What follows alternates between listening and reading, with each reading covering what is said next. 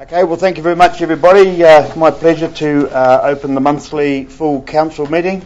Just before I do, I'd just like to thank my fellow councillors for their tolerance yesterday in allowing the council meeting to be shifted from the last Tuesday of the month to today being the last Wednesday of the month to allow for a really well loved and respected person's funeral, Elaine Westerman. Even in the afterlife, she has managed to move the council meeting. I don't think that's ever been done in the history of Taupo District Council.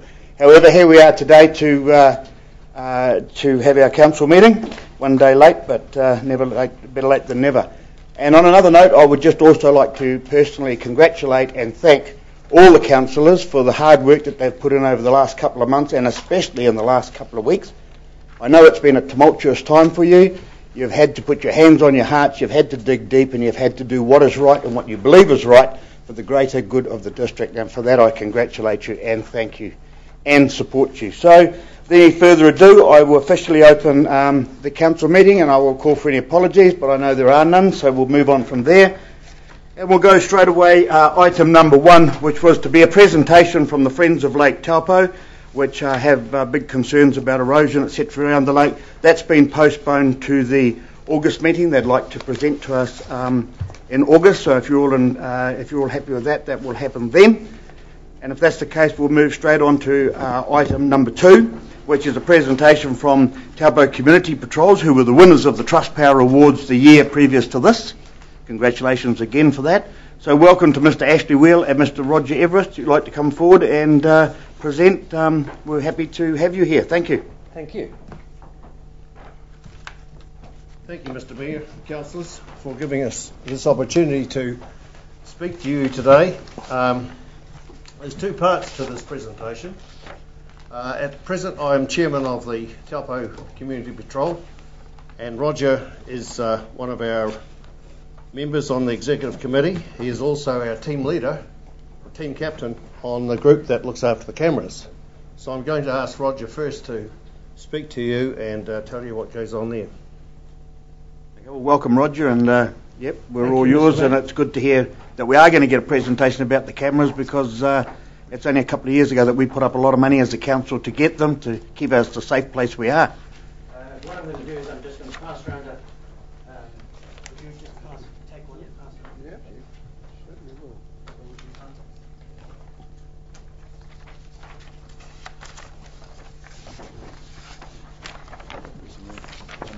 Have you got a copy of mine there? Yeah. Ladies and gentlemen, yes, who has actually seen the cameras in our town and actually seen the output from the... No. So, 3. We've got a really super... 4, okay, thank you. We've got a really super setup. We've got 16 cameras in town, and they cover the CBD primarily, and they are all connected into the police watch house, and my team work at the police watch house on the cameras. That's what we call it. The graph that I've produced here for you shows you how many interventions and how many arrests that have been, we can say honestly, are due to the fact that we operate the cameras. And interventions is quite important because we would rather prevent the crime than catch the crime, if you like. So if you look at your graph there, you can see that we've got quite a big spike. That was the Rugby World Cup. I was thinking that too. But in fairness to everybody, we had extra coverage over the Rugby World Cup, and we have extra coverage over the Christmas holidays. So because we get extra coverage, we get extra arrests and interventions. And just to give you an idea of what an intervention is, it's when we stop a crime happening, when we help the police stop a crime happening before it actually gets to anything bad. Unlike a disorder, which is maybe a breach of liquor ban, violence, where we can see when a fight is going to start in Tufaritoa Street or somewhere, wherever, and we identify the people who might be going to cause the fight, and we alert the police, and the police go in and calm it down, and that's what we call an intervention. Domestics, if we see too many of them. Male, female, domestic type altercations, again, in and around the streets. Property damage. We've only just recently, the last couple of days, had a couple of windows broken in downtown, and we've managed, well, these are ongoing cases actually, but we've managed to identify, using the cameras, who the people are. Female alone, we're all very sensitive to that, and we would get maybe 2 or 3 female alones of a weekend. What we do is we follow them. I know it doesn't sound good, but we follow them with the cameras, and we tell the police on this, because the police are sitting right next to us. So we say to the police, there's a female alone.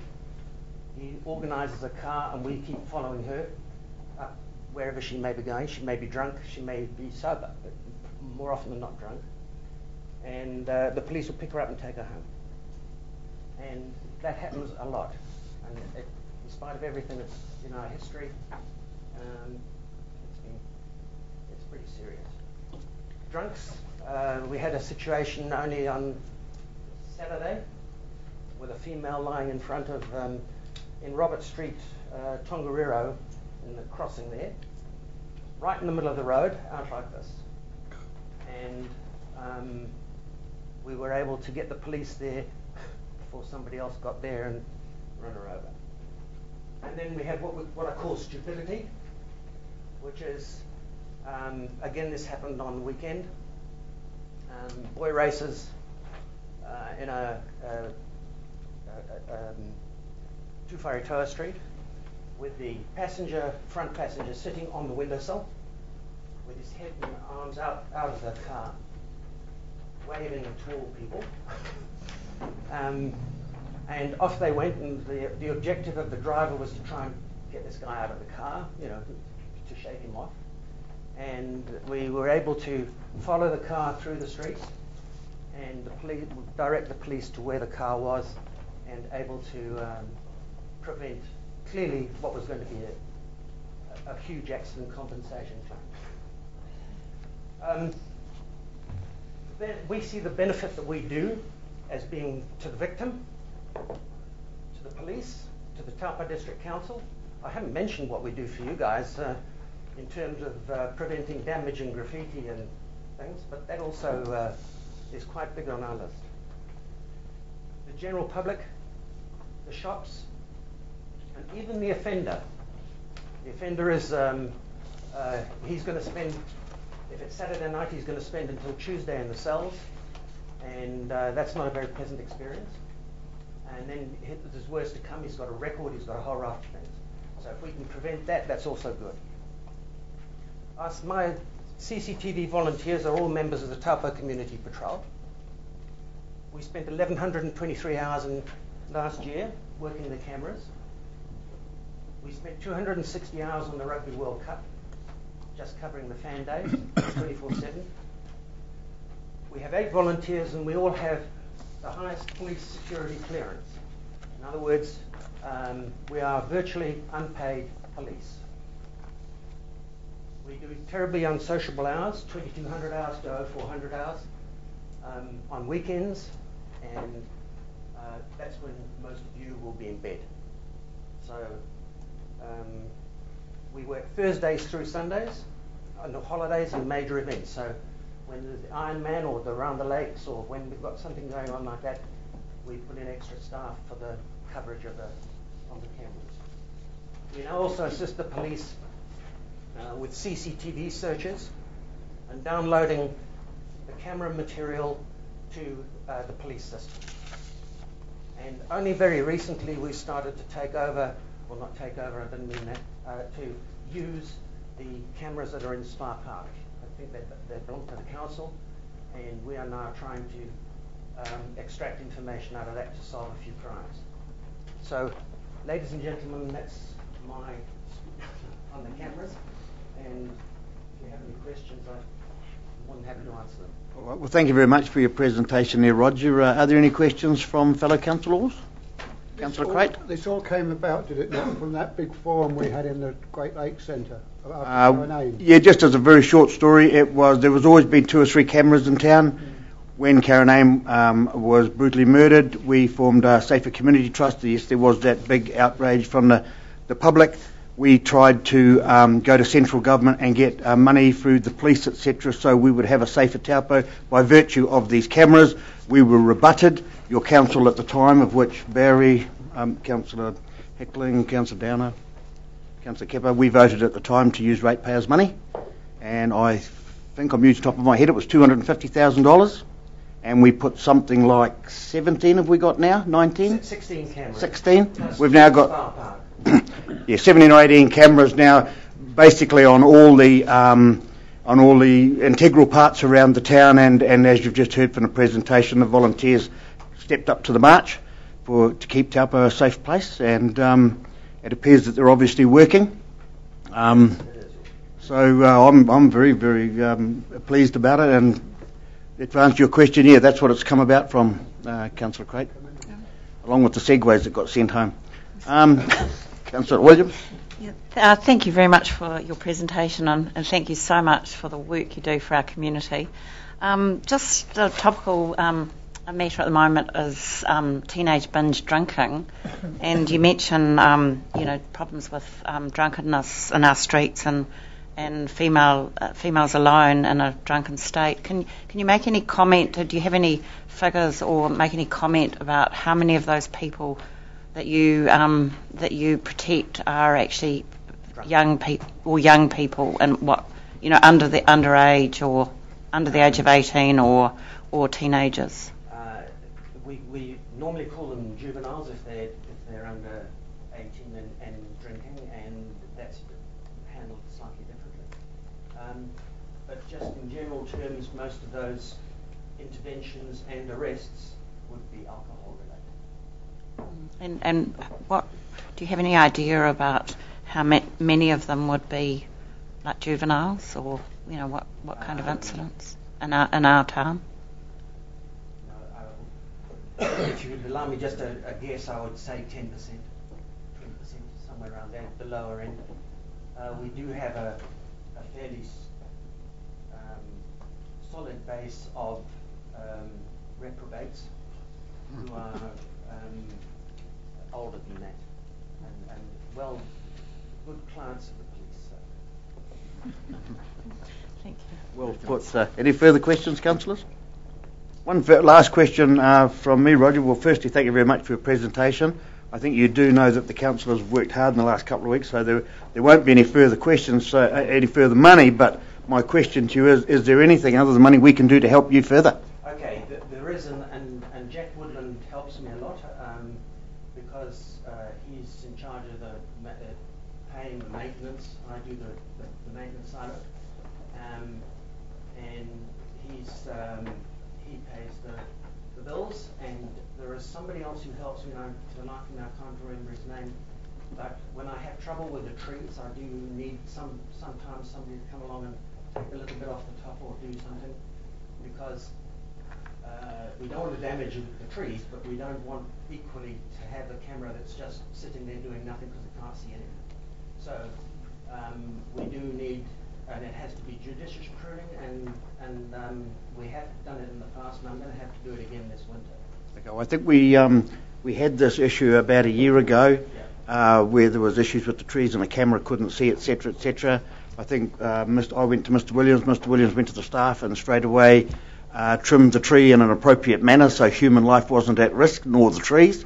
And I think I'd be safely to say that just contact either Mr. Gareth Green or Mr. Williams in any instance you need a tree trimmed, and I'm sure it will be done. Would that be so? Yeah, Ian Collins usually.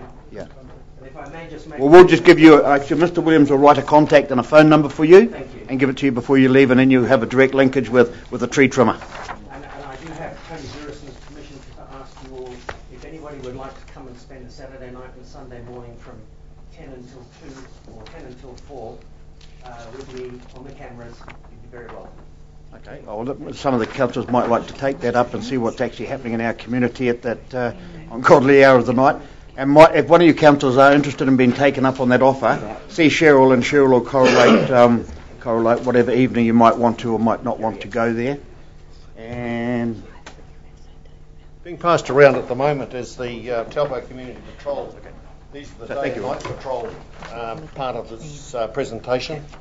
And I'm also sending around the Taupo Community Patrol report sheet, which all patrollers have to fill in after each, or during and after each patrol. Those figures you see on the top of the page there are last year's, or figures from last year up till present. And you'll see that we've covered 16,000 kilometres, spent 3,150 hours. It represents quite a lot of time from 50 people who we have on our patrol.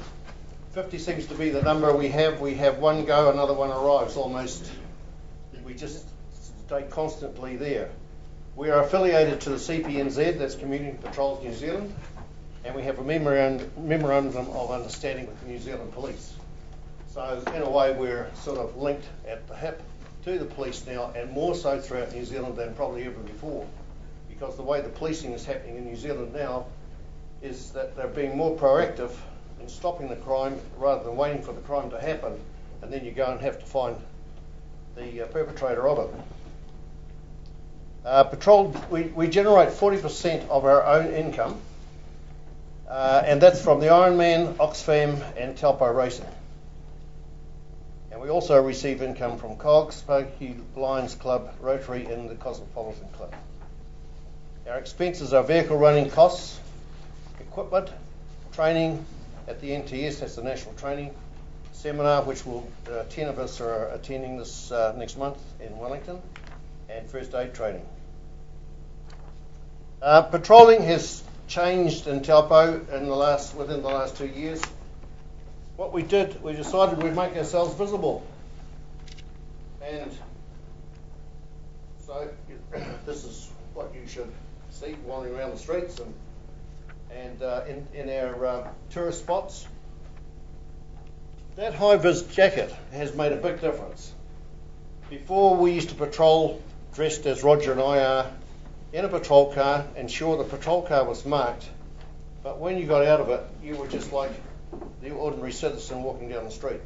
Now when you get out of the car, they see you. And we can see people, for instance, driving their cars into Spa Park, looking for an opportunity to do a break-in, and they'll spin off and carry on straight out again as soon as they see this jacket.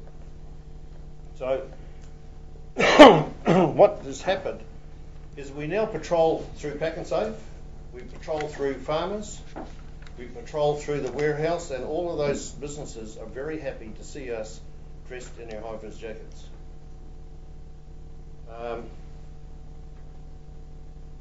And on top of that, Intel has produced the naughty days of Taupo, when and where crime happens. This one actually is just, this one has just finished. But just to give you an idea, this is Saturday the 26th of May, going through to the 1st of June. So Intel have gone back through 3 years of crime in Taupo and come up with these particular days. Now green is the day that they're not fussed whether we go out on patrol or not. Red is the days that they want us out, and orange also. On the right hand side here, actually I'll pass this around if you want, and you can get a better idea, but what they've given us